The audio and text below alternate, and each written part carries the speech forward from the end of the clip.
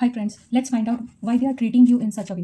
जो वो बिहेव कर रहे हैं आपके साथ, वो क्यों कर रहे हैं, क्या है उसके पीछे का रीज़न, चलिए जानते हैं।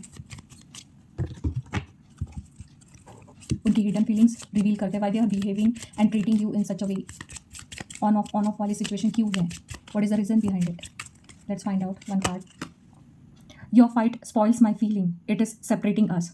सो शायद लड़ाई झगड़े कुछ हो रहे हैं आपके बीच में। तो अगर ऐसा है तो इसको ये आपके रिलेशनशिप को स्पॉइल कर रहा है। So you need to take care of this. हाल ही में कुछ अगर इशू हुआ है, कुछ डिस्कशन हुआ है, कुछ हीटेड कॉन्वर्सेशन हुआ है, कुछ लाइक डिसलाइक की बात, अपने अपने नज़रिए पे डिस्कशन की बात पे अगर कुछ हुआ है, so then that thing is eating them up, that is spoiling their feelings and मन में ग्रजेस बैठते जा रहे हैं, बढ़ते जा रहे हैं, जिसकी वजह से ये इशू हो रहा है। और क्या चीज़ है, और क्या कहना चाहते हैं कार्ड्स, और क्या कहना चाहते हैं, उनकी फीलिंग्स क्या है, why they are behaving in such a way, why they are treating you in such a way, क्या है उनके मन में। I replay a conversation over and over. बार बार वही कॉन्वर्सेशन को, उसी इवेंट को, वही एनर्जी में, उसी दिन में स्टकअप है जहाँ पे कुछ इश्यूज हुए थे। सो वो एक चीज़ है, बार बार वही इशू, वही इवेंट को वो दोहरा रहे हैं जो माइंड से उनके जा नहीं रही है। And that's why the things are a bit getting harsh and difficult for you. The next card is so many things remind me of you. So इस इवेंट की वजह से अगर बातचीत बंद है या कुछ अगर इशूज़ हुए हैं कुछ इवेंट पे, so that is killing them and many things are there which are reminding them about you. I'm grateful for the spiritual lesson. So somewhere they are feeling कि ये जो हुआ है आप दोनों के बीच में, या यहाँ से जो उनको लर्निंग मिली है, वो डीप डाइव करके रीजंस फाइंड आउट कर रहे हैं शायद, कि क्या हुआ, मैंने क्या कहा, उन्होंने क्या कहा, या क्यों ऐसी सिचुएशन बनी है, the way they are treating you. So यहाँ पे और जो उनको लेसन मिला है, सो उसके बारे में वो बहुत ज़्यादा सोच रहे हैं। जो लेसन मिला है उनको, उसके बारे में वो बहुत ज़्यादा सोच रहे हैं कि ऐसे क्यों कहा गया, क्या कहा गया है, क्यों ऐसे हुआ है, कौन उसके पीछे है, कौन उसके पीछे है in the sense may be they are blaming themselves for the scenario, for the things which have turned out negatively. एक और कार्ड ले लूँ।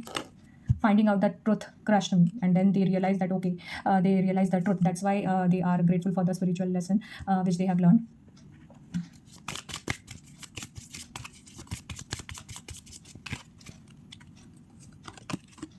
I want to tell you how I feel. So they want to clarify their side and tell you that how they feel on the situation after the event, after the fight, after the grudges, after the struggle which they had with you after the event that has bombarded them with a lot of energy, and that is spoiling their peace of mind.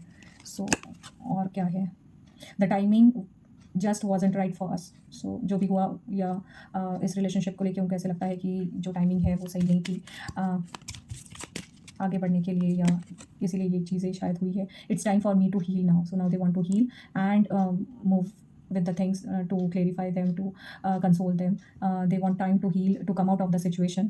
जो पिछले आपके जो events हुए हैं, जो conversation हुए हैं, they want to absorb that thing, to come out from that thing.